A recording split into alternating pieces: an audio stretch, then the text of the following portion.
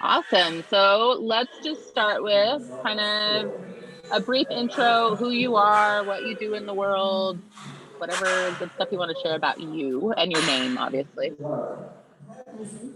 So my name is Ashleigh, and it's funny, I struggle to answer this question because I feel like who I am is an old soul and a free spirit who lives their life to her top values every single day. But what I do changes depending on where I am, what I'm doing, depending on the day, week, month, year. So what I'm doing currently, or say my top priorities, are raising my 2-year-old baby girl who's very independent and strong-willed, which I love, but also I'm a partner, so supporting my partner in his endeavours at the same time as pursuing my own. I am a student and I'm studying songwriting and music production, and I am saving the world one vintage clothing item at a time. And that's pretty much what consumes my time at the moment. I love that so much. Saving the world one vintage item at a time. So fun. Awesome. So what was really, like, thinking way back, right? What was kind of going on in your life before we started working together? So I think we go back about 18 months or 2 years. I can't remember. It was definitely pre-COVID anyway. So yeah, I can't remember exactly. But for me, I'd done a lot of personal development work already for about 3 or 4 years prior to that. And I had made a lot of progress and moved through a lot of stuff. And I feel like it was very masculine in the way that I would move through stuff and the way that I would work on stuff as such. And I still felt very lopsided, if you will, about everything, I guess. And uncovered this big mission that then I felt such overwhelmed on how to pursue or which path to take or, what to do next or, and I think obviously everything at the right time for the right reason, but, it came into Erica's time when I was ready to take that next big step for my big mission, but I was lost. I didn't know how. And what I figured out is that it's because I needed that feminine side of stuff to balance out what I was already doing, and kind of bring me back to be like centered and balanced. So I believe that's the perfect reason why I met Erica, because she just does that feminine side of stuff just so beautifully, and that's what I was missing at the time. Oh, you all right, buddy? Sorry, my dog just almost ate it. Perfect. I love that so much. Ooh, I love it so much. So yeah, and it's so funny because I know you can't see me, which is awkward, but I think I love that so much because I came from such a masculine, I spent so much of my life so deeply in the masculine too, that I think that's what a lot of us are missing. Beautiful. Mm-hmm. So how would you describe your before state in 1 to 3 words? Definitely overwhelmed is definitely the first big keyword that comes to mind. I guess uncertain would be one. I had no clarity around, I just had this kind of big mission dropped on me, and I knew it and I accepted it and all of that, but I was uncertain, like which avenue to take, which path to take, to do next. So yeah, overwhelmed, uncertain, and I don't know, 2 words. That's funny because it says 3 to 4 words, but I changed it to 1 to 3 because I don't know why. I just knew it was going to be 2 apparently. Oh, love it. And what was it about me that made you what was it about me that had you coming to work with me over anyone else? Because there's a lot of people out there in the coaching industry and a lot of personal development industry. I mean, I guess you first came into my radar via my sister, who had already done some work with you previously, so you obviously came highly recommended, and I got to see the changes in her beforehand, so that spoke for itself. But once I think I came into one of your Facebook groups that maybe is no longer in existence, so I'm not sure. So I came into one of your Facebook groups, and even though it was, online, and I never, other than my sister, I never really met anybody in person or anything like that.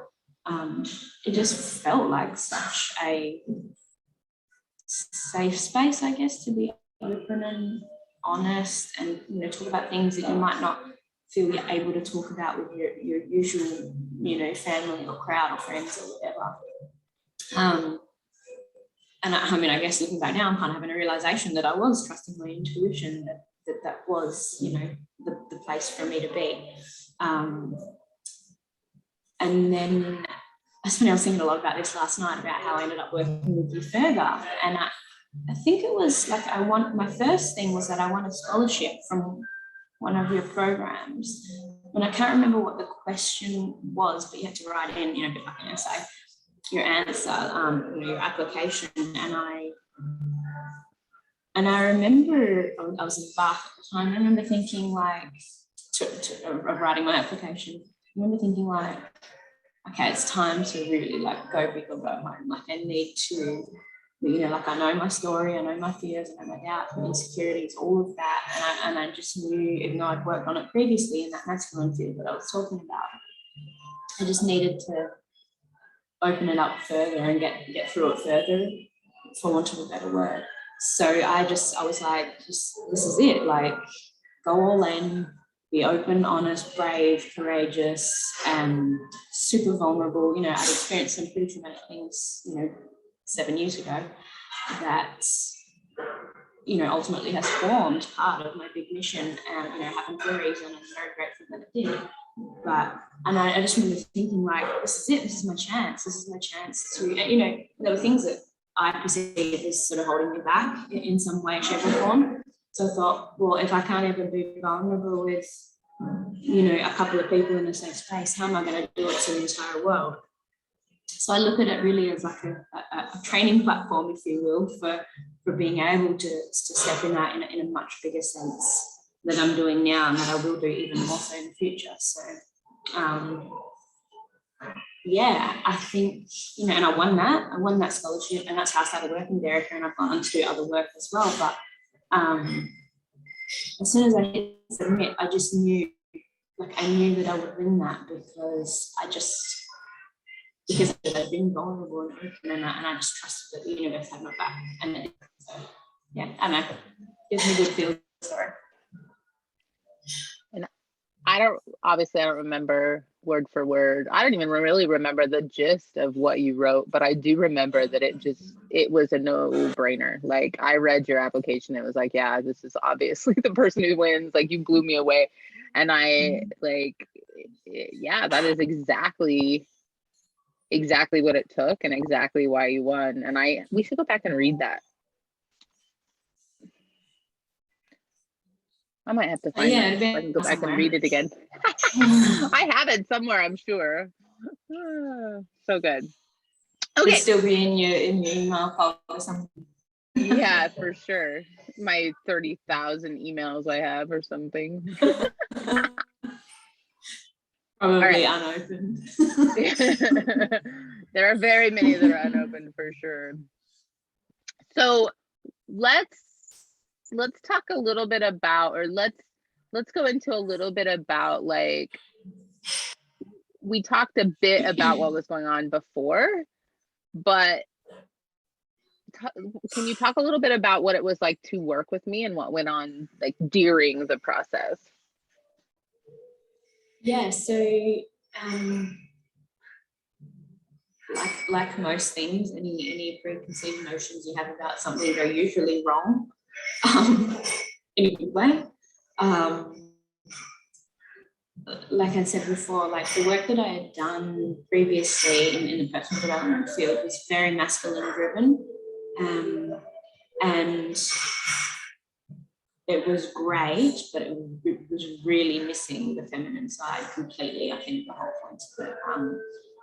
And working with you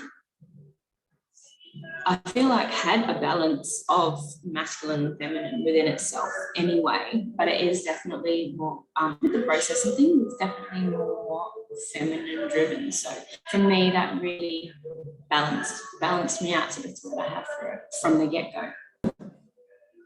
So the first thing for me that, I'm pretty sure it was on like the first meeting, was that we did an activation.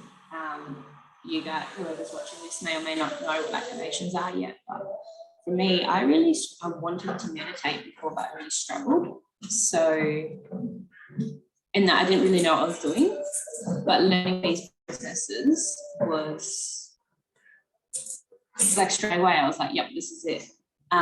This is what I've been missing. So that was a really easy way for me to be able to get into that state, I guess.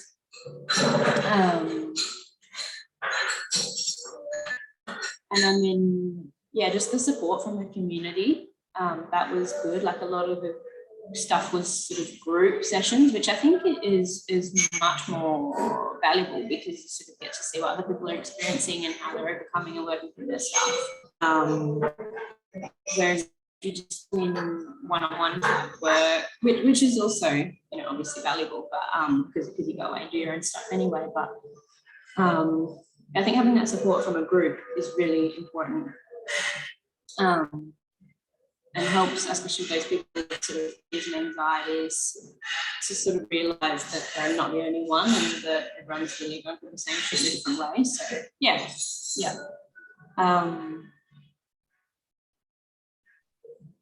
I don't know, it was always kind of a highlight of the week, coming to the Zoom calls, or, you know, doing the activities, you know, even though it was work or the Challenging Academy, it was really, it was fun, honestly. Now, what's going on in your life now, or how do you feel after?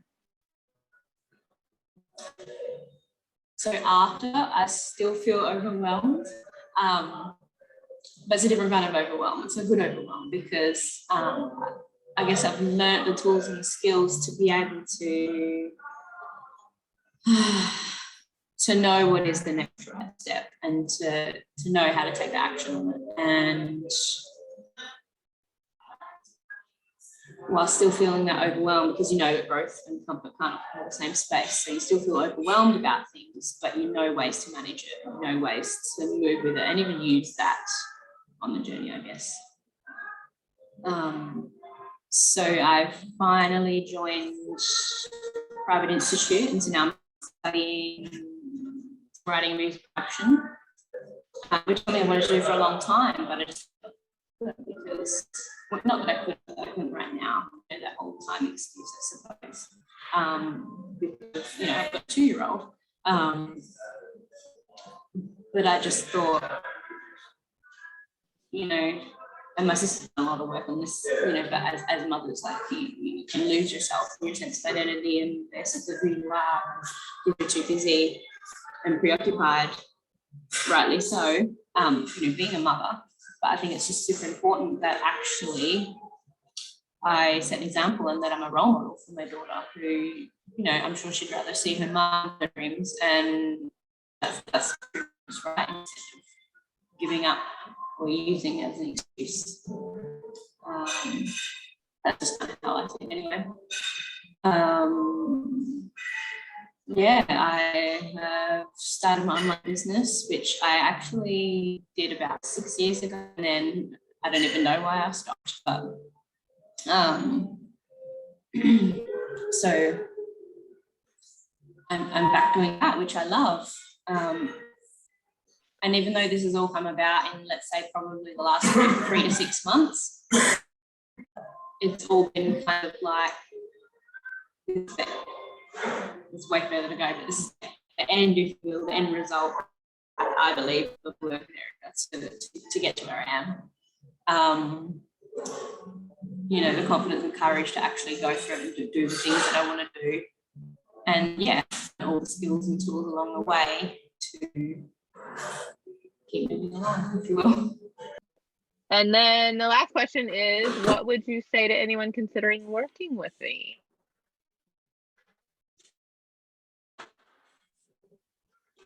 I'd say that if you got to the point of watching this video, then you know that you either need to I think your battle is with your excuses. It could be time, it could be money, it could be what are people going to think of me, it could be fears, it could be any number of things. But, you know, a wise person once told me, which is now one of my favorite sayings or phrases, is that if nothing changes, nothing changes. So,